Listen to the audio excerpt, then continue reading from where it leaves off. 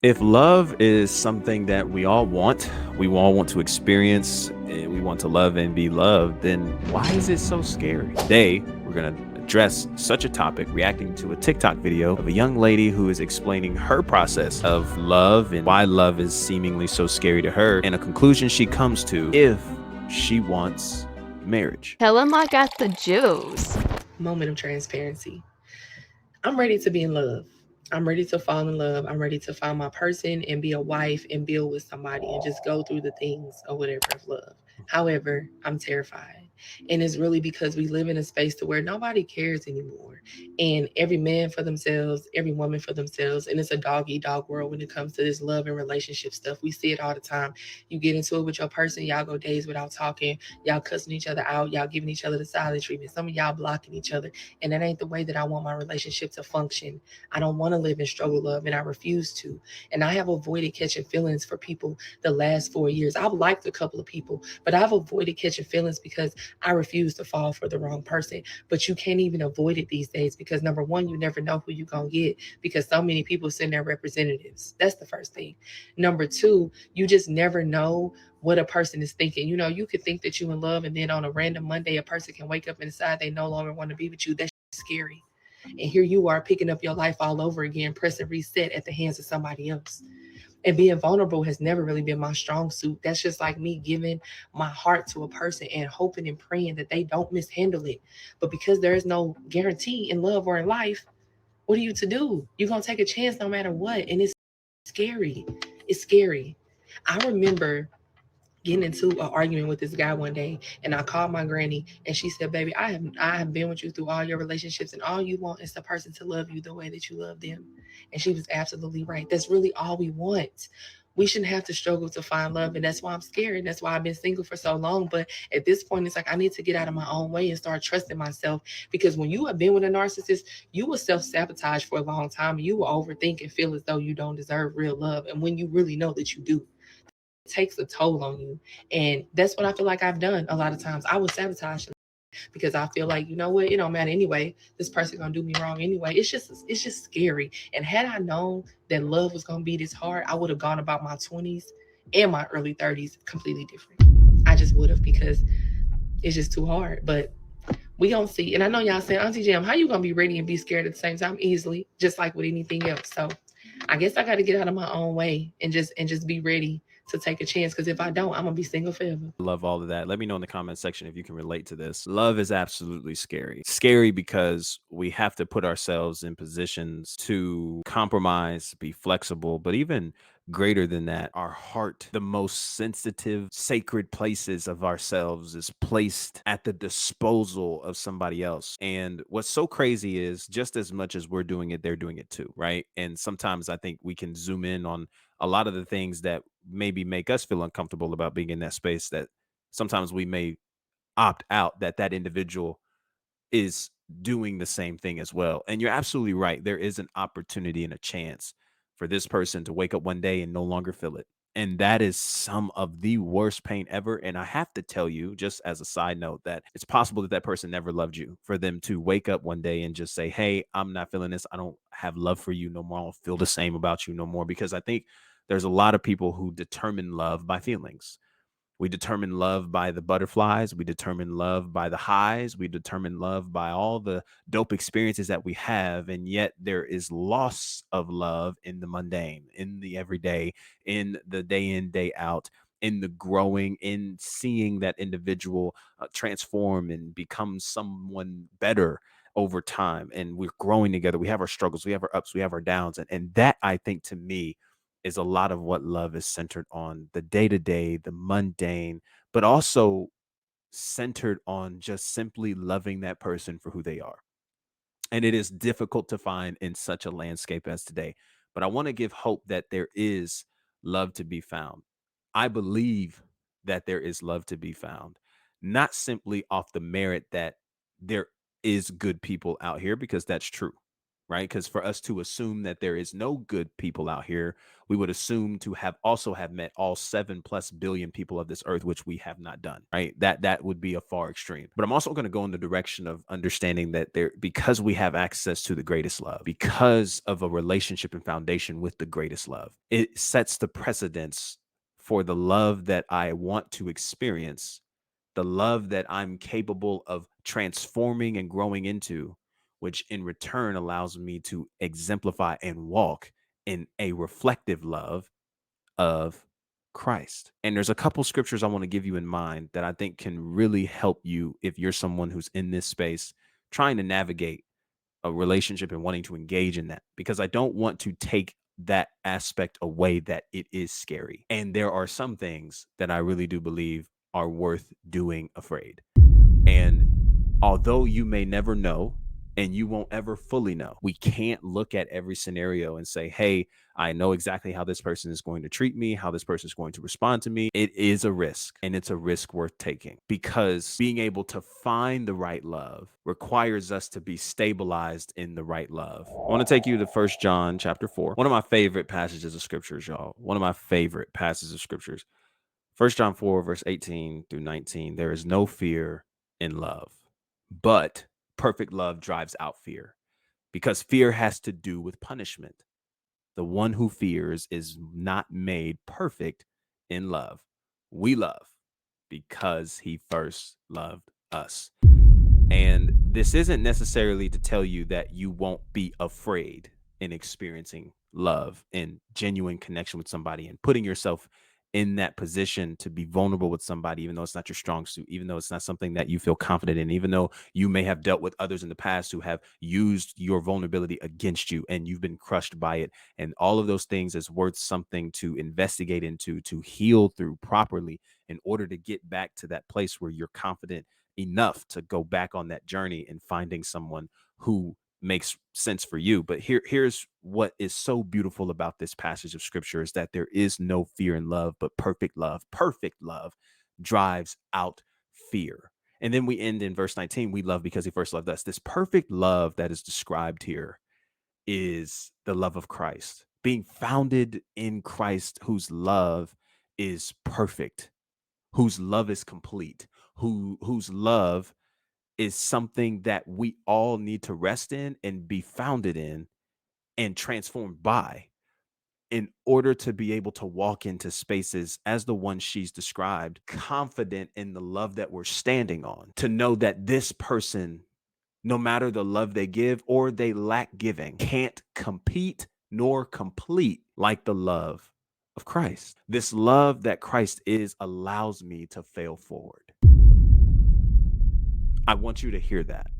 I want you to hear that. I'm going full screen for a second.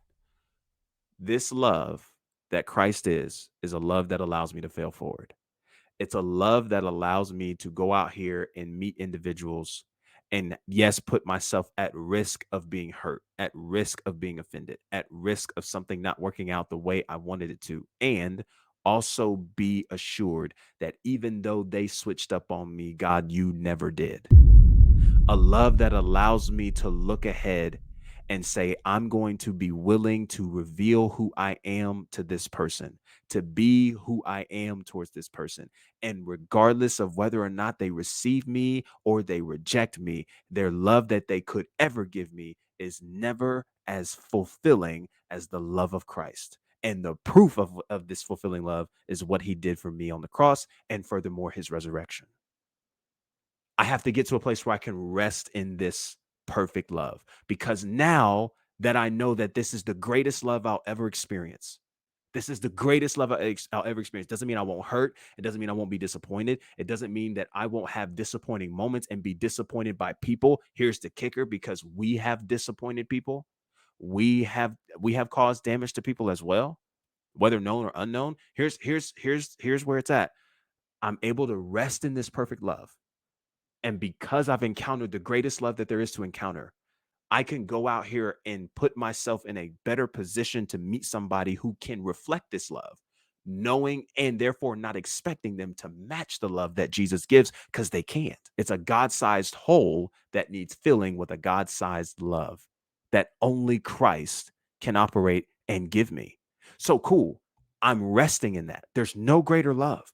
Now I'm given the opportunity to step out here with a little bit more confidence, a little bit more free to be able to actually go on that journey of encountering love. This does not say that you won't have doubt, because fear is different than doubt. I'm not going to allow fear to keep me from encountering a genuine, authentic love to share with somebody else. I'm no longer going to allow that. Fear does not get to have the last say here. Fear paralyzes us. Fear is the thing that keeps us stagnant and causes us to no longer make the steps forward. The fear is what causes us to be consumed in the worry, anxiety, and going on, and as she even mentioned, self-sabotaging. They not gonna love me anyway, so I might as well, right? That's a lot of fear speaking, right? Doubt raises a lot of questions. I don't know if this is what I can expect here. I don't know what this is going to look like. I don't know what this is going to be.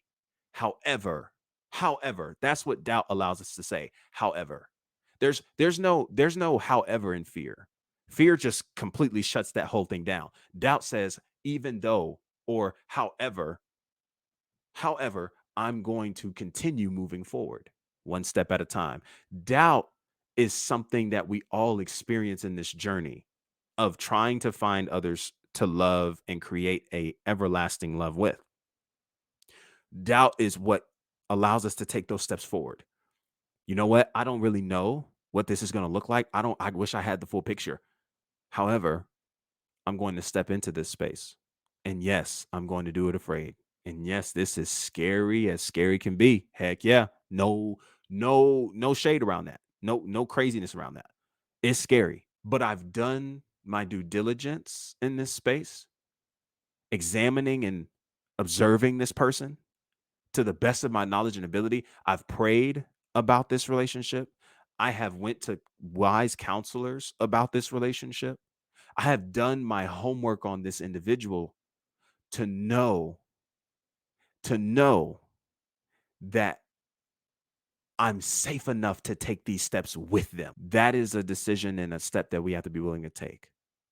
It's saying, even though I don't know how all this is going to work out, I've done my due diligence on this individual to know that I am safe enough to at least take these steps with them, knowing that this person is incapable of completing me with such a phenomenal love, because the greatest love is Jesus and nothing tops that. No one tops that. So I can rest in that. Does that mean I won't get hurt? Does that mean I lessen my chances of getting hurt? No. I think a lot of times when we get into these spaces of overthinking, we're really trying to eliminate as many risks as we can, right? We're trying to cut out as many risks. We're trying to look at everything we're at risk of losing, or every consequence, and we're trying to mark one out, one at a time. That's what causes a lot of the overthinking. But I want you to consider that there's just going to be a risk here in experiencing this love. And that is a hard truth to accept, especially coming from a place where you've already been hurt. Here's where the good news comes in: knowing that even giving this a try and stepping into this space fully and growing in being vulnerable with the person that I'm engaging in and growing in this relationship with this person, I can rest and be assured that this person is always going to be incapable of loving me like Jesus. I'm always going to be incapable of loving them to the same capacity Jesus does. The best we can do for one another is reflected by serving one another. And this is actually what leaves room for us to grow together and to move in this space together, to take these steps together. One of my scriptures of the year, First Corinthians. Y'all, some of y'all already know where I'm going. First Corinthians 13. Verse 4 through 8. Love is patient, love is kind. It does not envy, it does not boast, it is not proud, it does not dishonor others, it is not self-seeking, it is not easily angered. It keeps no record of wrongs. Love does not delight in evil, but rejoices with the truth. It always protects, always trusts, always hopes, always perseveres. Love never fails. I did an entire series on this. I'll definitely reveal it in the end for us to catch. These are descriptions of love. Not only is Paul in this context, as I continuously reiterate in my series that I covered this, he's covering this in the use of spiritual gifts. But we also can see that he shows us what love is and what love is not. And in this process, we learn what love really looks like, right? Not just exposing who we are. The closer we get to somebody, the more insecurities show up, the more vulnerable we get, the more humanity shows, and the more things I may not like about myself are seen.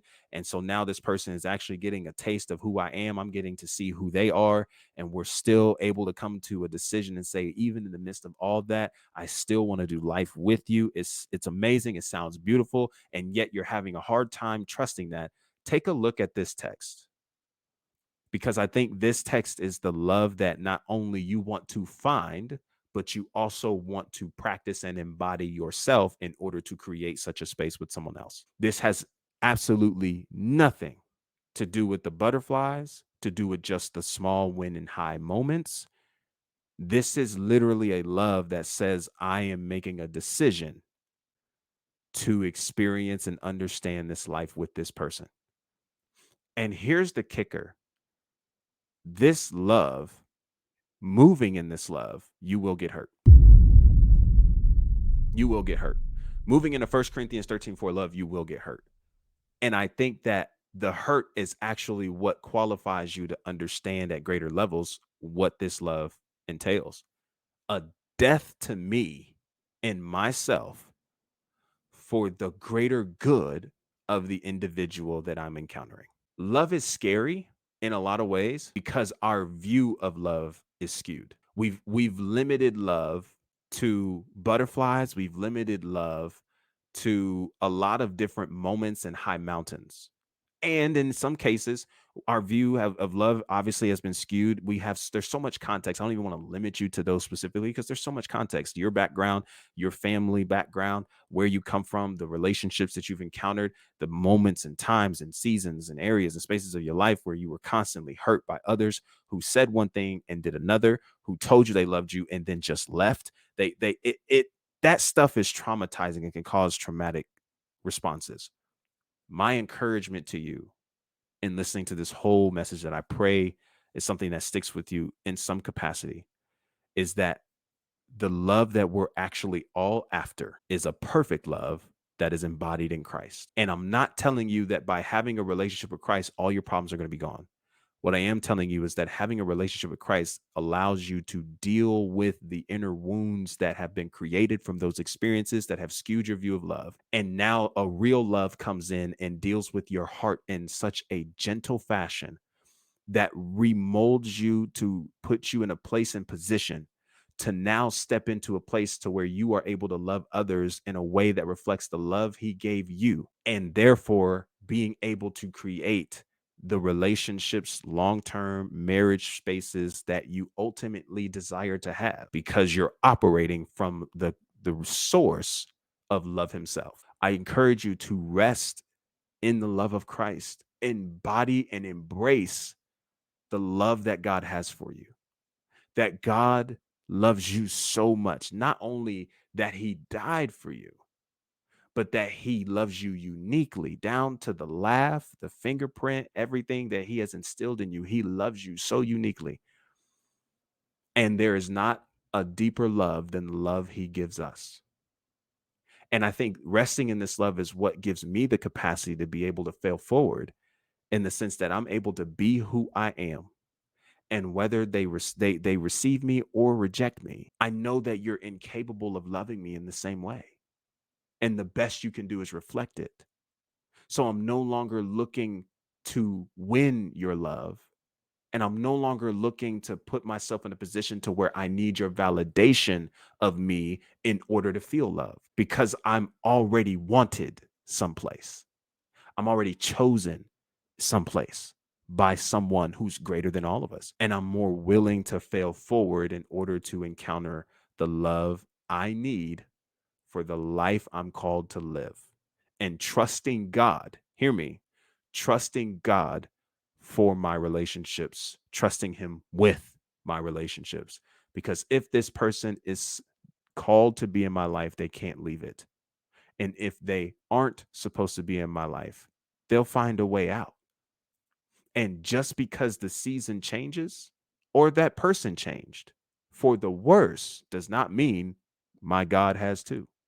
So I'm able to operate just in a different mindset that allows me to go out here and experience the love that I'm really trying to seek. I don't know if there's ever a comfortable message that can be given to such a person that has experienced something quite like she has. But I just want to tell you that this love that Christ gives us overshadows the broken love that you may find yourself operating from. And it's a love that restores us to be able to encounter and experience the love we genuinely want to share, or someone we deem desirable to share such a love with. So, my encouragement and prayer to you is to not allow the fear to paralyze you from encountering that. And I think once you're able to get to that place, it is possible that you just look at it like this young lady did, where she's like, yo, I know if I don't get out of my own way, I'm going to end up single forever. And because that's something that she doesn't want, and she actually wants to share a life with somebody, I think that can be a decision that you come to as well. I know that I'm scared. I know that it's scary, and I know that it's challenging. And I'm going to do it. And I'm going to rest in a perfect love that operates in such a different manner that is outside of this world, that actually will propel me to fail forward and not remain in a place of stagnance, allowing fear to be at the control center. I think a lot of times love looks scary because of our skewed views of what it is due to our past experiences. And we are using that as the point of reference instead of using Jesus as the point of reference. And I think if we use Jesus as the point of reference for love, we'll look for loves that reflect that. Now the reciprocity and capacity for reciprocity is available because that person is rested in the same love. And now we're actually able to get somewhere. And when things may not go as planned, we can come back to our matching values to figure it out together, thereby winning together. I appreciate you guys so much for tuning into this video. I hope that it was helpful for you. Listen, if you like this kind of content, be sure to subscribe, like this video, and share with a friend who also has similar thoughts about love being scary, and praying that this is something helpful for them as well. If you definitely want to check out my First Corinthians series, where we break down love, what it looks like, what it means in so many different applicable manners, click somewhere on the screen and it'll take you to the series that we've covered. I appreciate you guys so much for tuning in. Until our next conversation, be easy and be breezy, my friend. Hey, peace.